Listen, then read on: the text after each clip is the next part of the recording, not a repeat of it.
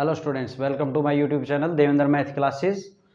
Friends, अगर आपने मेरे चैनल को सब्सक्राइब नहीं किया है तो प्लीज़ आप सब्सक्राइब कर लें और फ्रेंड्स में भी शेयर करें।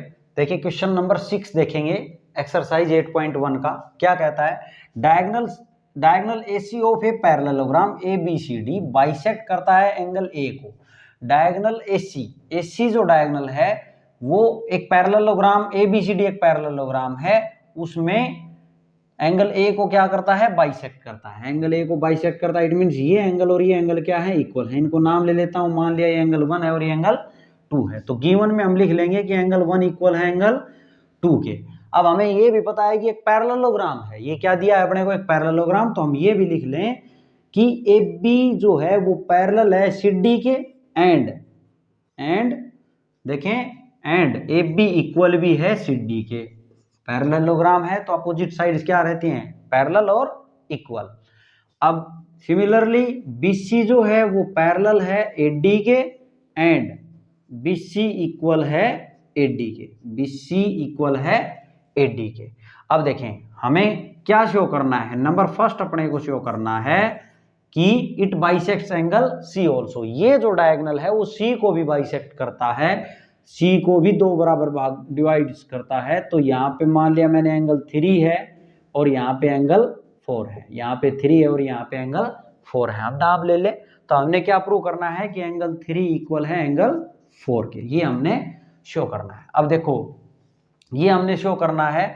अब हम प्रूफ देखते हैं, इसका सॉल्यूशन देखते हैं। एंगल 3 और 4 इक्वल करने हैं हमने। देखो यहाँ पे अगर बात करें तो एंगल 1 इक्वल है एंगल 4 के।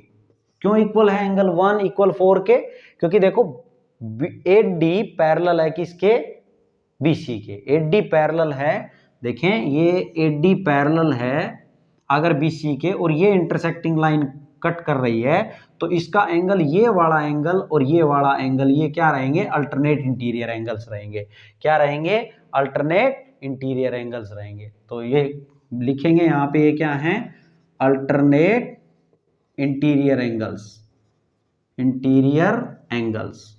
ये कौन सी साइड्स के पैरेलल होने से लिखी गई ये बात? AD और BC के पैरेलल होने पे ये बात लिखी गई है। सिमिलरली अब एंगल 1 4 के इक्वल है। सिमिलरली अब यहाँ पे देखें तो 2 किसके इक्वल होगा? 3 के। 2 एंगल किसके इक्वल आएगा? 3 के।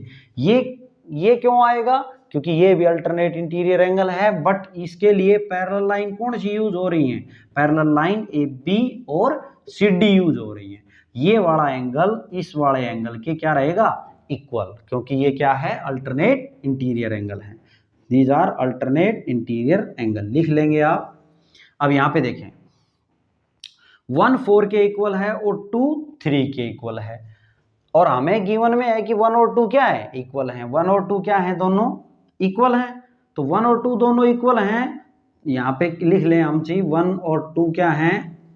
गिवन है। 1 इक्वल टू 2 गिवन है ये तो 1 और 2 गिवन है, तो यहाँ से हम क्या कह देंगे? एंगल 3 एंगल 4 के इक्वल आ गया फ्रॉम फर्स्ट एंड सेकंड से। इसको नाम ले दें, इसको मान लिया इक्वेशन फर्स्ट नाम दे दें और इसको सेकंड। तो यहाँ पे लिखे फ्रॉम फर्स्ट एंड सेकंड से हम क्या बोलेंगे कि एंगल 3 इक्वल आ गया एंगल 4 के। एंगल 3 आ गया इक्वल आ गया एंगल 4 के। ओके स्टूडेंट, यही हमने शो करना था। अब हम इन रिजल्ट से हम ये भी तो लिख सकते हैं कि एंगल 1 इक्वल आ गया एंगल 2 के, इक्वल आ गया एंगल 3 के। देखो 1 इक्वल आ गया एंगल 2 के, ये तो दिया था हमने अपने को, और 2 एंगल इक्वल है एंगल 3 के। देखो ये रहा, और 3 एंगल किसके इक्वल है? एंगल 4 के। यहां से ये रिजल्ट लिख सकते हैं हम कि चारों एंगल्स क्या है? ये इक्वल है। चारों एंगल्स क्या है? ये इक्वल। इन सभी रिजल्ट से हम ये लिख सकते हैं कि चारों एंगल्स क्या हैं? इक्वल हैं। देखिए ये लिखना जरूरी है। अब यहाँ पे अगर हम बात देखेंगे तो एंगल, जब ये चारों इक्वल हैं तो एंगल 2 और 4 भी इक्वल हैं। हमें पता है एंगल 2 इक्वल है एंगल 4 के। एंगल 2 इक्वल है 4 के। इससे क्या होगा? देखें अब हम इसका सेकंड रिजल्ट देख रहे हैं। अब क्या देख रहे हैं? इसका सेकंड रिजल्ट। यहां से सेकंड रिजल्ट करेंगे हम। हमने क्या करना है? ABCD एक रोम्बस है। ABCD एक रोम्बस है। रोम्बस में क्या करना है? सभी साइड्स को इक्वल शो करना है। सभी साइड्स को इक्वल शो करना है। AB इक्वल है BC के, इक्वल है CD के, इक्वल है AD के, ये हमने शो करना है। अब देखो यहाँ पे अगर हम बात करें तो 2 एंगल 4 के इक्वल है, तो 2 के अपोजिट में कौन सी साइड लग रही है, देखें BC लग रही है, तो यहाँ BC लिख दें। और 4 के अपोजिट में कौन सी साइड लग रही है, AB लग रही है, तो यहाँ पे लिखें साइड्स, रीजन दें sides opposite to equal angle of triangle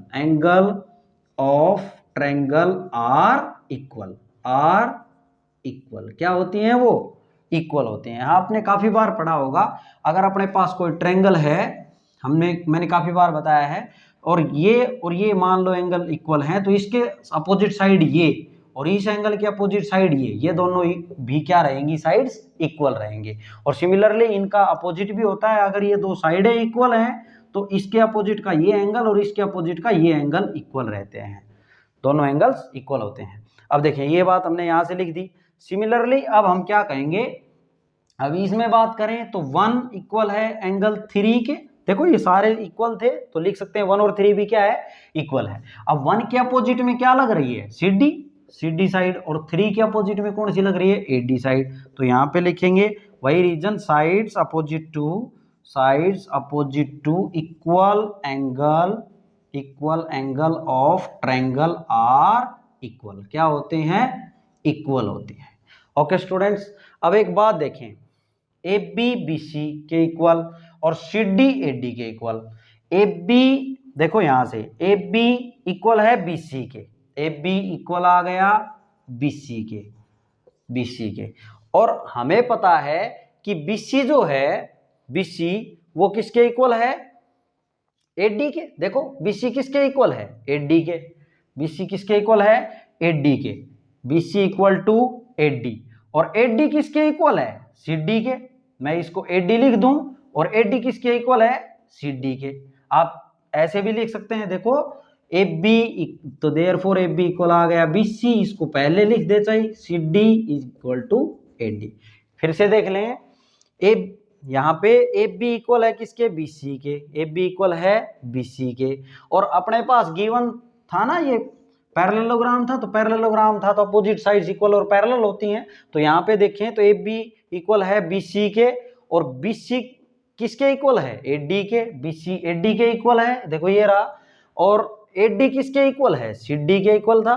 तो अब इसको ये लिख दें, चाहे ये लिख दें AB इक्वल BC, इसको आगे लिख दिया, इसको पीछे लिख दिया, है तो चारों इक्वल ही, तो ये बात प्रूव होती है, ये चारों इक्वल आ गई। तो ये देयरफॉर हम कह सकते हैं कि ABCD इज ए रोम्बस,